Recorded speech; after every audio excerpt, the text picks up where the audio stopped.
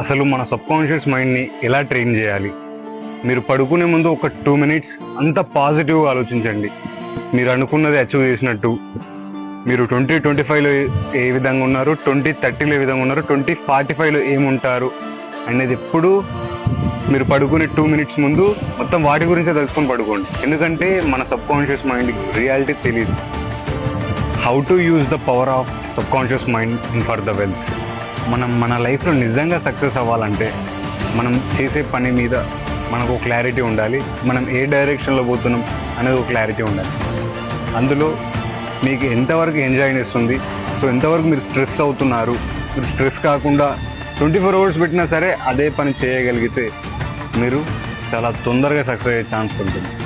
లేదు ఏది చేసినా సరే స్ట్రెస్గా ఫీల్ అవుతున్నారు అంటే సో ఆ పని ఎంత తొందరగా ఇగ్నోర్ చేస్తే అంత బెటర్ ఉంటుంది మీ లైఫ్.